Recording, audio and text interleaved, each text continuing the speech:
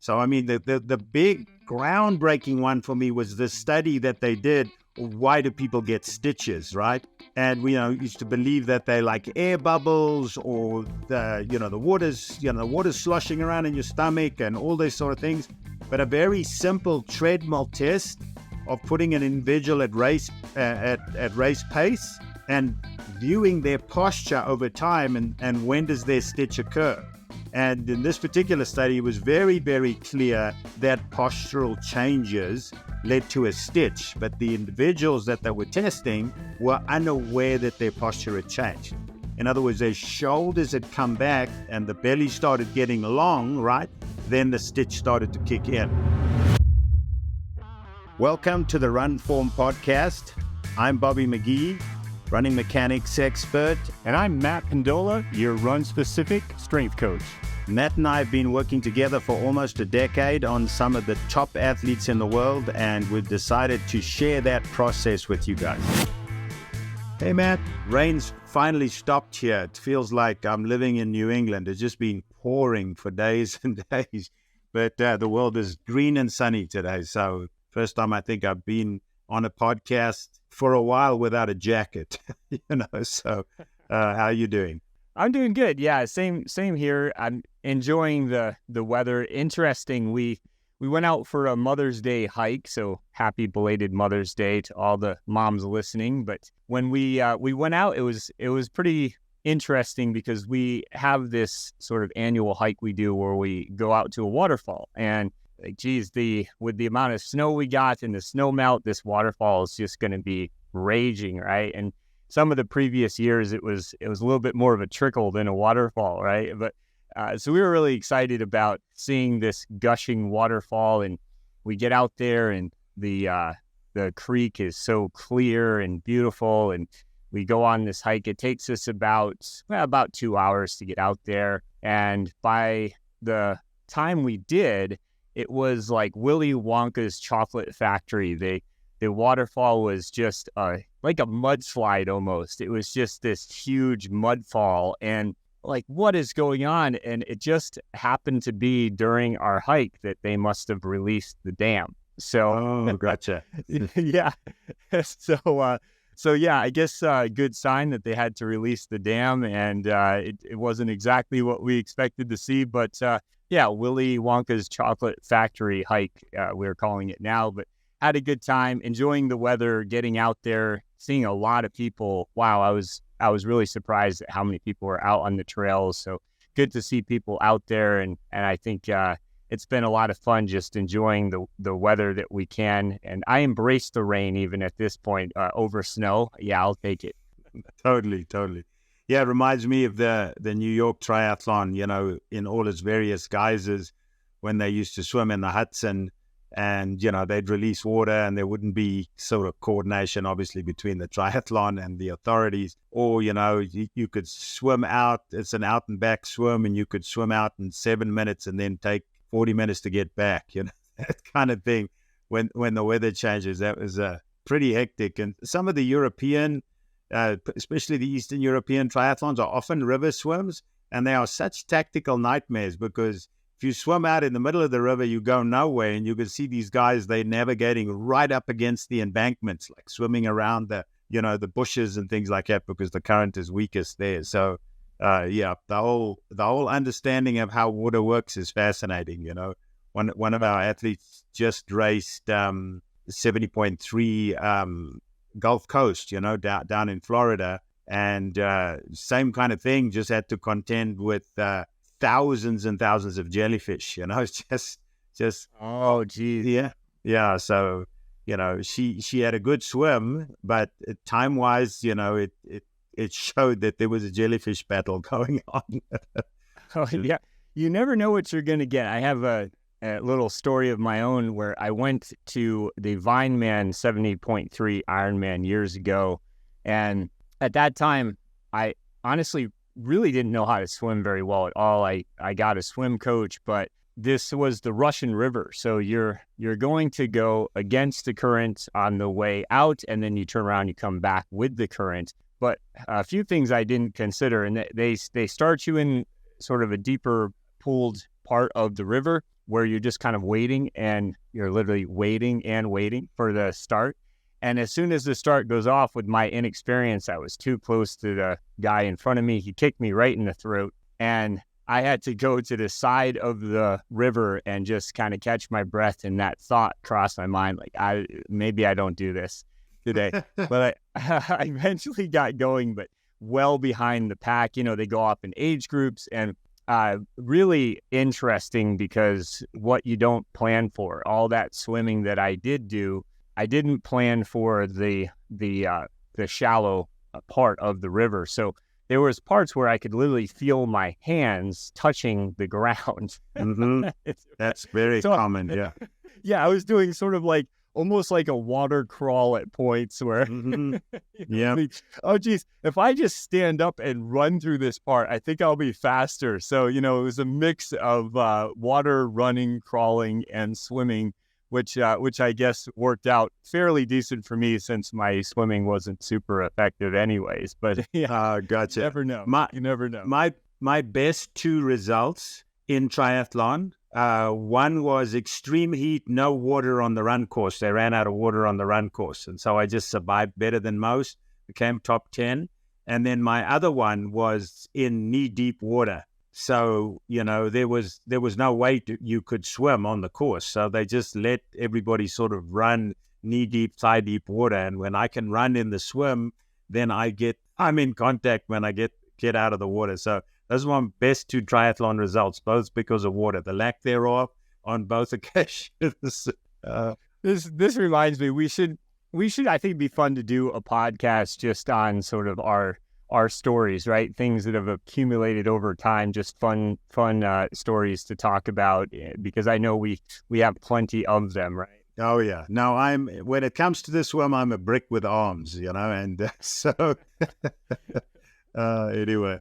Same, Bobby. Yeah. All right, Matt. Well, let's jump into this week. We're going to talk about the torso and the T-spine, the thoracic spine.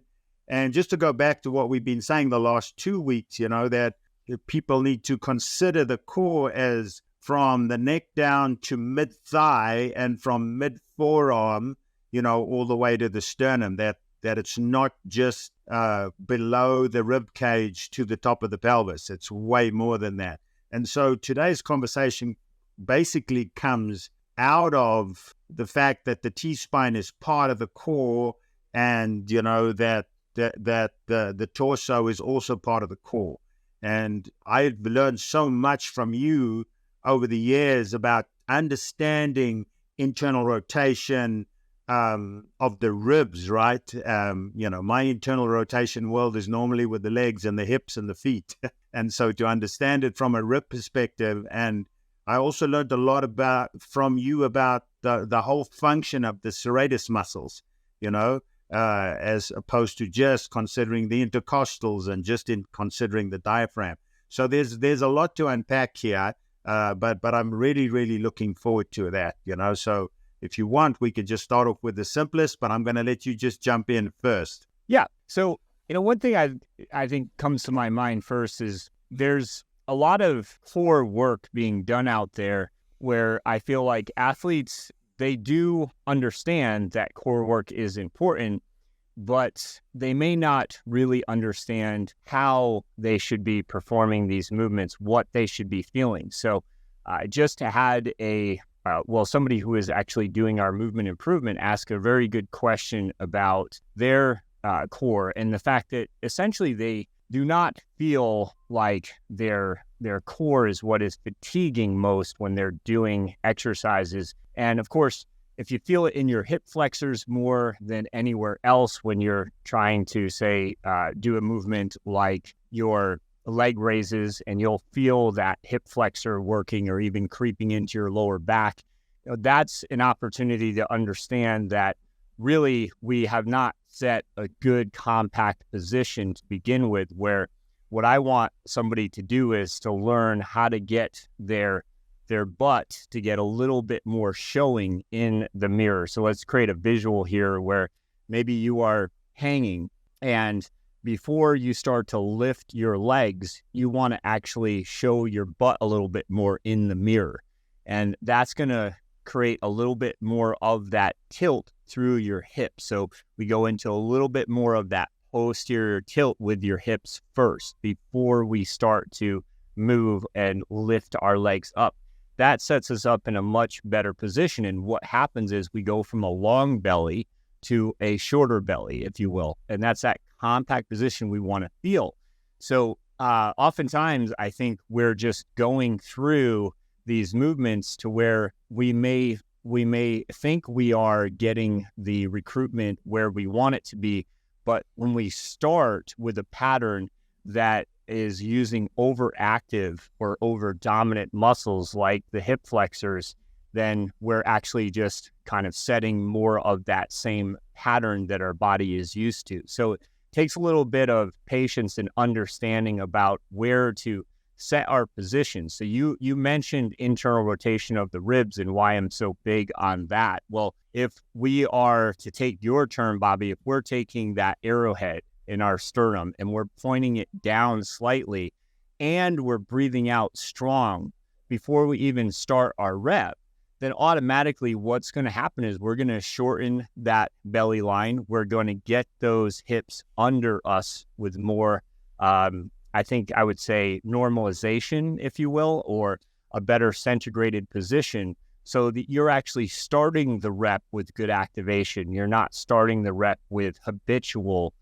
movement that your body's already kind of accustomed to using those more dominant muscles instead of really attacking the muscles that we want to really be able to get stronger in movements like. Yeah. You bring up so many things. I like making notes at 100 miles an hour because I want to respond to that. So I think a good question, and it's actually point number 7, so I'll get back to the others, but a good question to answer for folks who've now just listened to what you've said is why? Why do we need the xiphoid process or the arrowhead down? Why do we need the rib cage balanced on top of the pelvis? And there's a number of answers to that, and it goes back to that individual who inquired about, my core doesn't fatigue, right? And it's really hard to ascertain whether your core fatigues from a feel perspective, but it's really easy to ascertain whether the core has fatigued when form starts to alter, right? So, I mean, the big groundbreaking one for me was the study that they did, why do people get stitches, right? And we used to believe that they like air bubbles or the water's sloshing around in your stomach and all those sort of things. But a very simple treadmill test of putting an individual at race pace and viewing their posture over time and when does their stitch occur. And in this particular study, it was very, very clear that postural changes led to a stitch, but the individuals that they were testing were unaware that their posture had changed. In other words, their shoulders had come back as a marker. So you're just measuring from the hip joint to the middle of the shoulder, and what is that angle of stack or that angle of attack, right? And as soon as that xiphoid process started departing the pubis symphysis and the belly started getting long, right, then the stitch started to kick in. But from a performance standpoint, that's from a health kind of standpoint, right? But from a performance standpoint, your center of mass is coming higher up onto your, you're bringing your center of mass back as your chest goes up. And so your natural ability to maintain momentum is being impaired, and it's now demanding more of your legs to propel yourself, because instead of following your torso position, which is creating weight in front of your center of mass, it's now having to generate momentum because your center of mass has moved back. And so that's why we fuss so much, right? And so with a lot of sports, there's an understanding of how the chest must move relative to the pelvis. And people often say to me, why do you pay so much attention to the chest? It's because I have more access to manipulating people's awareness of where their chest is than I have with their hips, because their hips are touching the ground for hopefully only 200 milliseconds. Their foot's touching the ground, and that's impacting how the pelvis responds. So the pelvis is responding to the feet, but you either pushing your chest along or you dragging your chest behind you. Those are your two options, right? So you're turning into a situation where you adding movement and you are adding load and you're adding fatigue to your core and thereby increasing oxygen consumption, losing physiological economy because you've lost mechanical economy. So it's a fascinating thing, because when I first got to know you and individuals before you, I was always stuck as a coach with, okay, that you've shown me that is weak. You've shown me that needs to be strong, but why? And so that question is I think my core is strong. And, if you have beautiful form, you need less core strength. But sometimes to attain a good posture, you need to address, core strength, core muscle endurance, core range of motion. And the core is just incredibly complex to understand, right? Yeah. And I think, a couple of points here. One is going back in time for me when I was a young runner, and I had early videos or pictures where, quite honestly, I think my form was pretty textbook, right? But then well-meaning coaches, I understand it, they meant well, but they kept telling me to get tall as I ran. And you could see over a period of time that I was certainly running tall. It looked good in pictures, but you could see I was popping my top, as we like to say.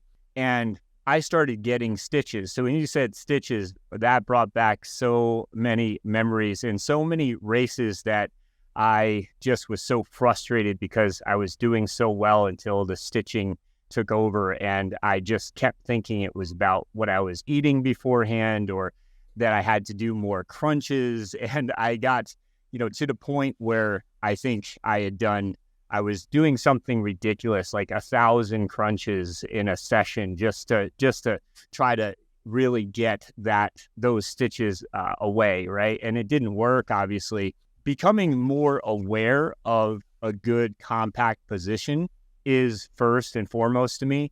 And then realizing as we're running that if we're holding that position and we know how that should feel like by doing this work, that's key to me, right? That takes us a long ways, and that will allow us to eventually just hold that posture longer and let that form flow out of us like we want, right? But there's a couple of things here that I would finish my thought with. One, in run form, we actually start with our stack, we call it.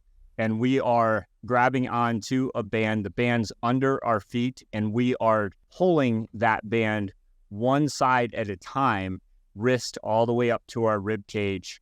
And while we do that, because of the position we're in, the band is already getting us just slightly down in that position. So our arrowhead is automatically down. That band actually takes that cue for us. We really don't have to think about it much. And then the other part that's huge in this movement is getting your obliques to help to really stabilize your positioning. So these are the movements I like to think about starting with, as opposed to starting with the leg lifts I mentioned earlier. That's why we start with a position like that. So we are on our feet. It's more of a athletic anchor again, where we're able to now get that feeling. So when we are on our feet running, we can start to recognize, oh, that's what it should feel like more for me. Okay. So that is why we chose to do athletic anchor movements like this. And we chose to start with movements like starting with your stack, because it does help us to graduate. And eventually that athlete will get into more complex patterns where they are lifting their legs and they are putting more emphasis on their lower abs in different or various movements. But now they have a really good platform or base to learn from there. So that's where I think we do have to graduate in these steps. And I'm talking about elite athletes, right, that need to actually start with their stack again. People just assume that if somebody's elite, they can automatically do proper leg lifts. And that's just not the case. And so really anybody of any level, I will start them with their stack. At the very least, I'm going to reinforce good principles with somebody. and help to connect the dots, they may graduate a little quicker than others if they do have good positioning overall. But 9 times out of 10, I find that we are actually making huge gains because we started with a basic movement like that. Incredible, Matt. That's fantastic. So again, always out of what you say comes all these realizations for me again, right? So a lot of the triathletes that we work with, come from swimming backgrounds, right? And swimmers, individuals are drawn to swimming typically if they have a longer torso, they have a bigger wingspan, from fingertip to fingertip. When they, out in that arm spread position, they tend to be a little longer than what their height is, right? So they have that swimmer's build, right? And then with runners, again, they have the much shorter torso and the longer legs. And if you have longer legs and a shorter torso, you can have a bigger stride angle, right? So when you're working with a shorter legs, longer torso, cadence is your friend, right? You're looking at cadence. But again, with the runners, they have that, with the shorter torso, they have that longer stride length, right? So realizing that the taller the runner is, that creates problems for the core, right? Because, that whole inverse action, the longer your legs are, the lower your cadence is, up to a point, right? When your legs start exceeding 30, your inseam starts exceeding 34, 35, 36 inches, right? Then you've got really, really long legs. But now your pelvis is super unstable because of the width of your stride angle, right? And so there's that inverse thing that happens with really, really tall runners. They start shortening their stride length because otherwise their pelvis is too exposed. But in both those cases, it's easier for the shorter torso to stay stacked, right? The longer torso, it's easier to pop the top. In other words, disconnect the front of the chest away from the pelvis. I think maybe that bears a little bit of explanation, right? That the relative distance from your front ribs to the top of your pelvis and from the back ribs to the top of your pelvis should remain constant. If it's widening in the front, and that's an interesting point too, people's abdominal musculature in the front doesn't mind being hyperextended. And the lumbar spine and the support musculature in the lumbar spine can quite easily be fatigued. It's also a defense mechanism, right? You pull back, you pull your shoulders back, you arch your lower spine. That's obviously mechanically challenging for you from a momentum standpoint, but it also starts now putting your low back and your SI under pressure, So those are really interesting things. And I think at this point, maybe for people to understand how the T-spine functions during running and how the chest functions during running, I get back to my old pogo stick example, right? So the halfway down the pogo stick is your hips and your legs, and then from your navel upwards is the top part of the pogo stick. And so people understand the stack is, if you lean that pogo stick slightly forward, it's still the same height, right? It's just leaned forward. If the chest is connected to the pelvis, now your pogo stick's intact. Whatever leg spring stiffness you have available when you're now coming off the ground is going upwards and forwards. As soon as that pogo stick starts to fail in the midsection and the top part comes upright, but the lower part is still leaning forward, now the energy that's being given from the toe off is coming out the front of the hips, all right? And you've now left this center, you've now left this rib cage behind. The pop is top. And at some point, you now have to make that transition. And that happens in mid-stance when the runner now collapses because they got stuck on mid-stance and their ground contact time goes up. Whereas if they had that torso forward, not only will they get a better rebound out of the tissues in the leg spring stiffness, get a better rebound, all right? But their rebound will be more forward, all right? And there'll be much more energy recycled, and which they are going to have to generate if they left the chest behind. So it can get quite complicated. But I think the thing to understand is that running is pushing. Running is not pulling, right? And so if your torso's behind, you have to use your abdominal muscles to get your torso forward. But if your your spinal support muscles can be extended into balance, and your front core can be rhythmically contracted to keep that on top.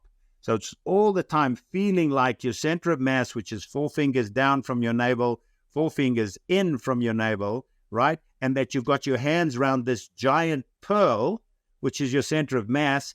Everything that you are doing is pushing this pearl forward. At no point in time do you want to reach back and grab the pearl and bring it with you, pull it with you. So that feeling, that's why I love those drills where you do the high arm action, stack the chest properly on top of the pelvis, get that xiphoid process down, the arrowhead down, and you have that broomstick ahead of you and you just pushing. I just love that whole feeling that they create. Sprinters do it a lot, right? I think distance runners get that feeling where they're going, okay, what does it take, Matt Pendola wise, to keep my chest in that position?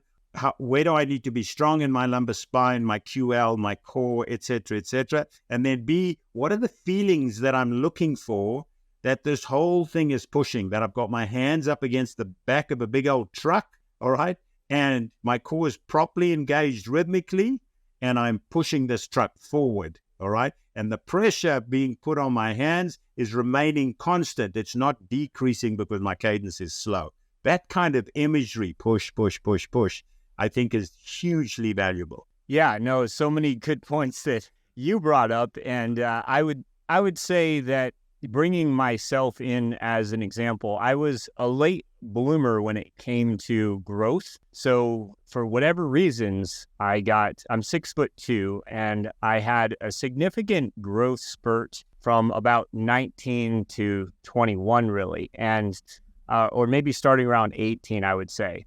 And it's interesting, maybe that is in part because I was running so many miles so young, and then I had to back off all those miles, and now my body actually had a chance to grow while I was going through all of these overtraining injuries I had. And what I noticed, though, is that my torso is longer relative to my height. So for me, I don't have exceptionally long femurs or legs. It's more about that torso length. So I had to double down on movements that are going to support that torso. And that's where I think just having that conversation with the serratus anterior you mentioned before, that I really started to realize that if I were to take that serratus, which is that muscle, they call it the superhero muscle sometimes, if you're trying to visualize that, you'll always see it really built up on a superhero, right? So under their armpit, along their ribs, you'll see those riblet muscles are very stacked, right? They're built up really well. And with me, what's saved me is really building that strength up quite a bit. But that muscle is going to help to protract your scapula. So moving that arm forward, but also that upward rotation and overhead reach of your scapula. That is going to be that serratus muscle. So you can see how important it is if you are a runner with your arm swing, but they call it the boxer's muscle because of that reach that it gives you. But it's also obviously very important for all three sports in triathlon. Swimming is an obvious one, and even bracing on the bike position. So what we look at there, or what I look at, is getting in 2 parts pull to every part push. And what I mean by that is something like face pull-aparts, where we are getting a lot of those muscles in the posterior chain to really engage and get really strong. But when I do the push part, now I want to do what I call a push plus, right? So I will do, say, a push-up where I don't just stop when my arms are locked out, but I'll continue to push the ground away, allowing that that shoulder or that scapula to continue to protract, right? So I'll do some purposeful push movement that way. And I just make sure that I keep a good balance, because everything you're describing here, running, is just a beautiful symphony of, I think, the pull action of muscles, right? We discussed before, muscles really only pull, but the action we want is to be able to push. right? And when we're talking about the action of pushing, there's a lot of beautiful co-contractions that are going on in a symphony that the muscles can contribute to when they're well trained. And that's the thing I try to keep in mind, is a balance. So what I would go back to is my original story about all those crunches I did, not realizing that it wasn't doing much for me after a while. Maybe in the beginning, doing McGill curls, for example, are a great way to feel that movement when you're trying to get good spinal flexion. But there's a point where you need to add more dynamic trunk control, more demands on that dynamic trunk control. So you have to advance movements. And I do see a lot of runners that are they're actually just sticking with the basics, and they're just adding more and more reps to those basic movement patterns, right? And one of the easiest visuals I can give is if I were to test somebody in person on their trunk control, their overall control and stability through that movement, I might have them do a renegade row where they're in a plank position, so looking like they're going to do a push-up, but they have their hands on kettlebells or dumbbells, and they're rowing one kettlebell back at a time. And I'm looking to see, are they twisting their torso to do it? Are their hips steering forward, or are they losing that position? And you will end up seeing that most people are going to have a really hard time just to get a row in on each side without losing that position. And that's exactly where we need to be able to live. We need to be able to live in that kind of a position. So making sure that you are advancing your dynamic trunk control demands so that you can essentially increase your overall capacities. You want to be able to up your volume or your speed work. The way that I see it in my mind is that means that I have to up my capacities on what my torso can control. Brilliant. Thank you, Matt. That clears things up as usual, right? So working backwards with what you're saying, I love the whole idea where you say picking up one kettlebell at a time. I'm thinking, okay, only Michael Jackson could pick up both kettlebells at the same time out of a plank position. Yeah, it would be pretty cool. All right, so just to add some things to that, right, is interesting to know when we talk about long torsos and short torsos is that if you have a short torso and long legs, your heart is very much closer to your legs. It's probably one of those auto-selecting things, right? So again, when you're a swimmer with a longer torso, your heart's higher up and it's closer to your arms, right? So it's an interesting... one of my mentors, Professor Timothy Noakes, always used to say to me, if you want to be a better athlete, you have to go back and re-choose your parents. You know, so sometimes that's a little problematic, right? An interesting thing about an arched T-spine and a top that's popped, right, is it takes your forearms out of the game. So now you can't swing your forearms. You start articulating at the elbow. And now you go into that little drummer boy position where your forearms start swinging and they're creating vertical forces, right? They're not part of that arc that's leading the elbow back. And when the elbow gets back and runs out of room, it now pushes the chest forward onto your drive line. So that's very, very important. And similarly, if that upper back, those scap control musculature, that upper back muscular erector spinae, all of those muscles, if they weak and they go into their fetal position, it means you pull the shoulders back out of neutral. And when you do that, you get into that position that, you know, we like to call the dying quail, right? And now the same thing with the dying quail. You can't swing those upper arms. You can only swing your forearms again. And so now that's called a disconnect, right? So whether you swinging your forearms up and down or whether your upper arms are stuck back, that's a disconnect. And so now that beautiful symphony that you're talking about is not possible. The arms are swinging in isolation. And what very often then happens when that lumbar spine becomes arched or stuck, rigid like that, is you can no longer rotate your shoulders. And so now you can't reach forward with that shoulder. And so now you're not engaging the core in returning the leg, right? Because that Serapi effect of the shoulder to mid-thigh on the opposite side is when you're pulling back, now that's helping you get that leg back through again, right? And if you're stuck back up there, it's not helping. And so you're taking this reactive running motion, this natural running motion, you're taking it to more of a proactive. I have to pick my legs up. My legs aren't being picked up, right? You know me, I'm always taking a stopwatch or something and hanging that cord down and saying, look, it's not your hamstring's primary job to bring your heel to your butt before your knee comes through when you're running, right?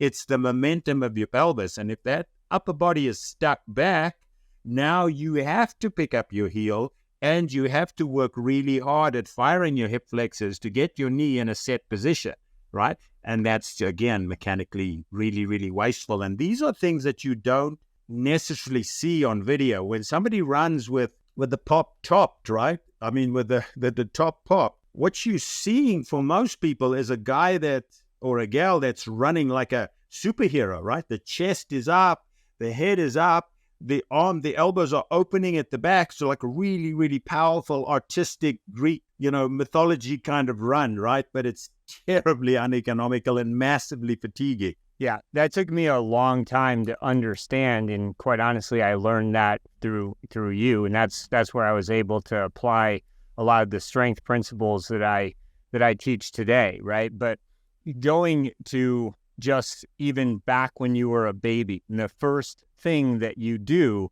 is you want to push the ground away and look around, right?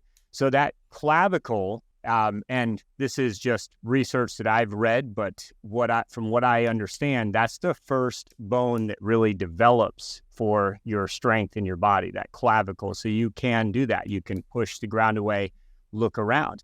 And when you take that concept and say, that is so neurally rich there, right? That whole area around my shoulders to my head, that's closest to my brain.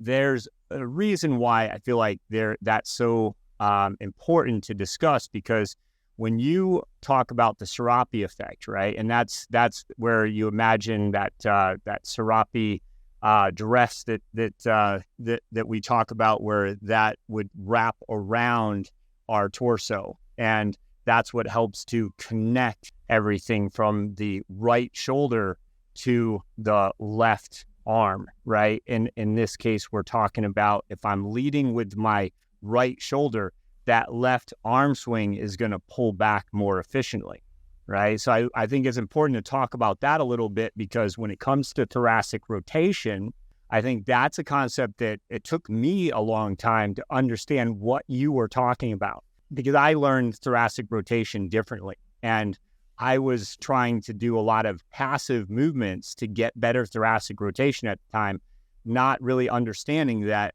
it was really about my left shoulder leading if I wanted my right arm to swing back more effectively, not trying to think about rotating my upper spine more, right? So I think we could talk a little bit about that to clear up some myths and misconceptions there, but finally I would just say that when we are talking about this rotation, this spiral line, or this wind-up effect that we want, how that really works with our cadence, this has been a game changer for me in understanding that ultimately all it took was a few tweaks, and I was able to really start to get that cadence up. But the tweaks for me personally came with leading with my shoulder.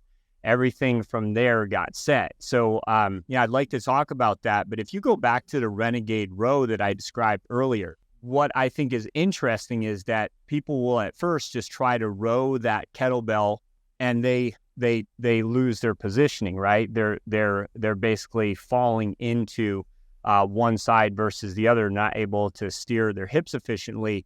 But as soon as I tell them, no, this exercise is actually more about how well you're pushing down with the opposite arm. In other words, how well you're leading with that shoulder with the opposite arm. That's what allows you to roll that kettlebell back and get that thoracic rotation that you want. And that's why a drill like that really helps to teach that. Although that is one drill that I'll show as an example, a test. But again, in run form, I want to point out that we do a banded drill where you're standing on your feet, you're pushing a band out in front of you, you're pulling that band apart, you're pulling back against your torso. That is a better step to start with for me as an athletic anchor movement. And eventually you graduate more towards the groundwork in later phases. But that's why we have that banded push-pull drill in our banded dynamics and run form, for example. Yeah, I have mixed feelings about that because, the old man with the big gut was chosen as the model for the push-pull plus, right? And but it makes a big difference. I mean, just yesterday I was just doing my little, what do you call those push-ups where you clear your hands and then bring them back down again, where you're doing that little plus movement? Yeah, hand release push-ups. Yeah, and my wrist won't let me put my hands flat, so I'm doing them on my fists, right? So I'm doing it on my little padded mat. But now when I'm pulling back like that, I'm like just punching the floor, and it's nice and cathartic push-up now too, right? So up come the shoulders, bang into the ground, and then boop, up goes the push-up, and then the plus at the end. So, just incredible. Yep. So again, to get back to the T-spine, people understand that dozens, hundreds of runners, I have them stand and ask them to flex and extend their T-spine, and they cannot do it. They have zero awareness and zero mobility in their T-spine, right? They'll lift up their shoulders, they'll pull their shoulders back, they'll arch their lumbar spine, they'll do anything, but to get them to just come up and only use the extensors of the T-spine, really, really difficult. So the communication between the brain and the T-spine in most people is almost non-existent. And for people to realize that you collapse if you rotate with your lumbar spine, but you don't collapse when you're using that spiral line and you are hinging through the T-spine. So, and again, as we age, the one place that shuts down massively quickly, especially for triathletes, right? Because they're using so much lumbar spine, support work while they're swimming. And then on the bike, the same thing, lumbar spine, that they get stuck in that position, right? And as soon as they start running, now they go back to the old lumbar spine, and then they stuck with the T-spine stuck. Most people, if they get that T-spine mobilized, it's A, shocking, and B, massive release. People don't know how much tension lives in that T-spine, right? And I had a great example from a swim coach the other day, where they use weights to pull the athlete's pelvis down and force them to push the front of their chest down in order to get their hips up, which is the same principle we're trying to teach in running, right? But if you think of it in the water, now you have your chest as this box, this rectangular box lying in the water, and the back of the box is being pulled down, right? So the pelvis part. But if you want to get that back of that box down, you're using your core to push your shoulders down. Back of the box comes up, back of the lower ribs come up. That lifts up the pelvis, improves your streamlining. So there's quite a lot of, other than the ipsilateral versus the contralateral, the ipsilateral movement of swimming to the contralateral of running. But there's a lot to be learned with how to access your upper core, or your core musculature in terms of connecting your chest to your ribs from the swim, right? So a lot of swimmers have that kind of that powerful barreling kind of run, which saves them a lot, right? So they can get into a good posture. Yeah. I think there's so much to how the body is integrated joint by joint, how we're stacking, if we have proper mobility and stability where it's needed. So with the lower spine, the lumbar spine, this is, again, an area that I feel like there's a lot of disassociation, misinterpretation.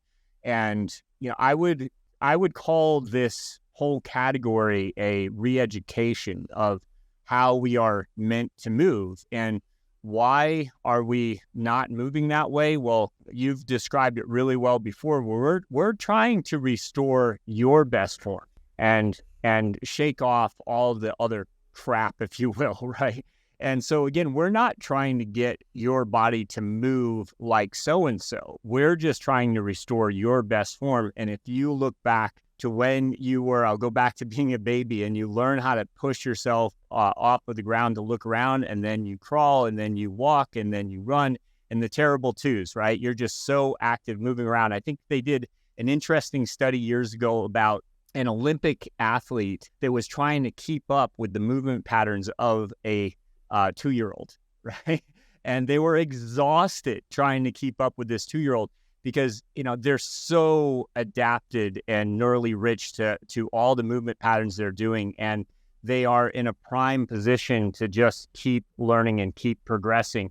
And if we go back to those early days, all the way up till around 12 years old, especially, that's where I think we have to get back to. That's the way our bodies want to move. And then, of course, what happens over time is that we have a life, right? And we have work, and we have responsibilities. We have our studies. We have all of these obligations that keep us from moving well. So, to me, again, that's a big conversation about, geez, why do I have to do all of these movements you guys are talking about? Well, it's different if you are moving constantly and have a job where you always have to have all of that integration intact, and you won't lose it because you're constantly doing something that restores natural movement patterns. But we do have to look at over time, even for active athletes that have a lot of good training in their programming, and they're certainly moving a lot. We still can't negate the fact that we have years where we didn't do as much of that, or that we are still sitting for 8 hours a day and then going out for a run. So we have to manage that with, I think, a priority model like the one we're discussing here that does just connect the dots for us and allow us to move the way we were meant to move as individuals. Yeah, absolutely. So, Matt, I'll close this up with some examples, right? You look back at the heroes of previous generations. You look at Paavo Nurmi, with all those world records and all those Olympic medals. You look at Emil Zatopek, right? You look at Sebastian Coe. You look at, Dave Scott, the brilliant Ironman champion, right? All of them with pop tops, right? And they're given respective times that they ran. And then you look at this modern generation. You look at Jakob Ingebrigtsen, the Olympic gold medalist in the 1500.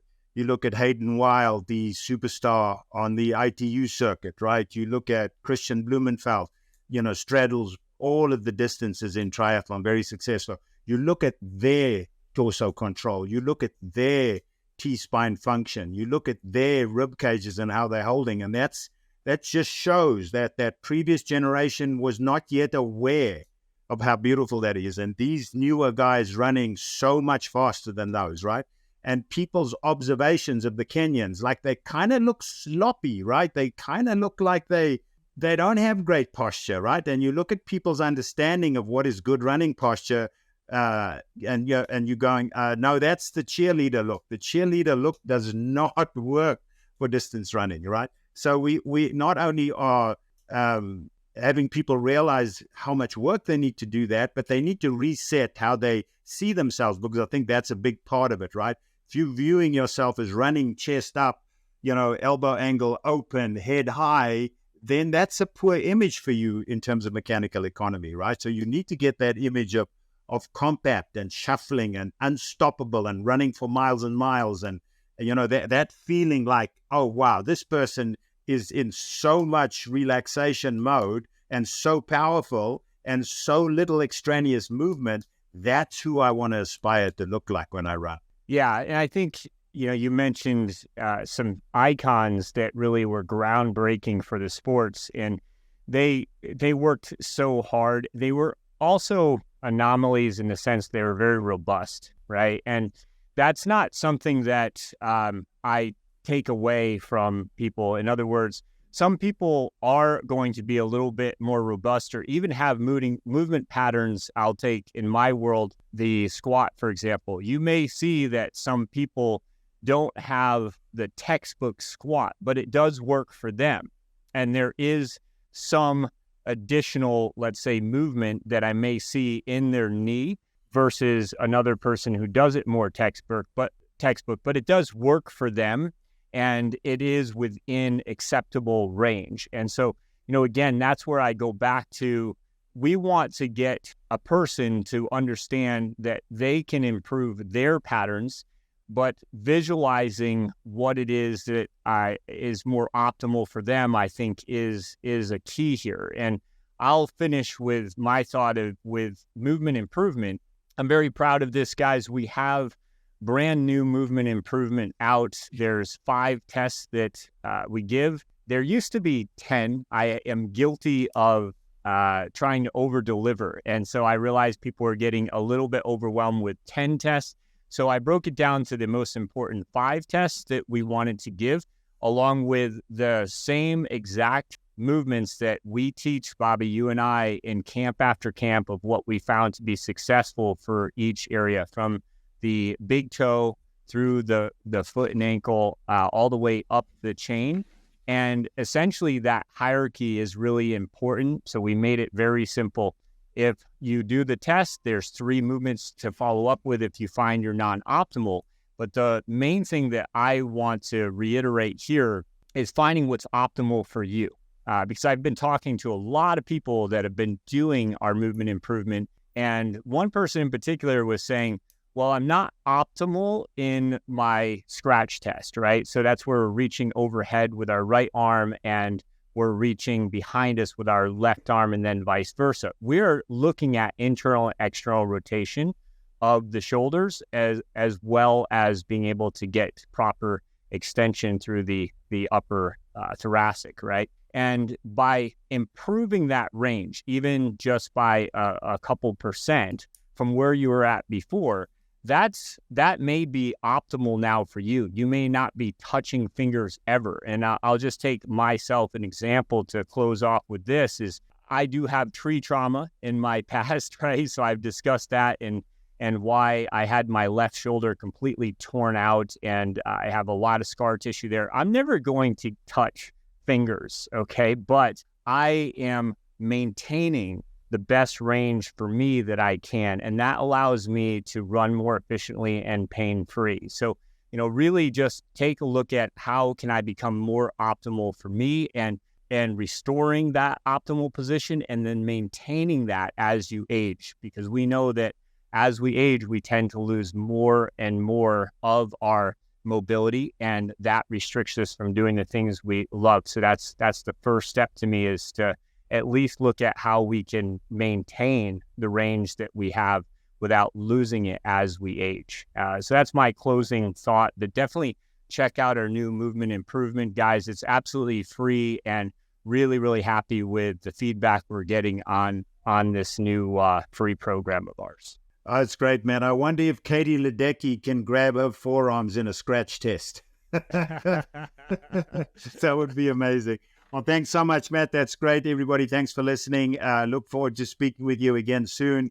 Again, if you guys have, any questions, observations, let us know. Are we going in the kind of directions that you want us to go? Give us a shout out if you guys have ideas and things about that you'd like to listen to in the future. As always, thanks for listening to the Run Form podcast. And as a reminder, we offer a totally free movement improvement assessment on our Pendola Project website. Here, you can get your own personalized protocol that will help your running today. So give that a try. Also, Bobby and I are experts on any question app where you can ask us, any question. So reach out to us directly there. Finally, if you learned anything new today, don't forget to share it with your compadres and leave us a quick review. That really helps us a lot. All the links you need are in the show notes below. Till next time, have a great run. Oh, that was awesome. Yeah.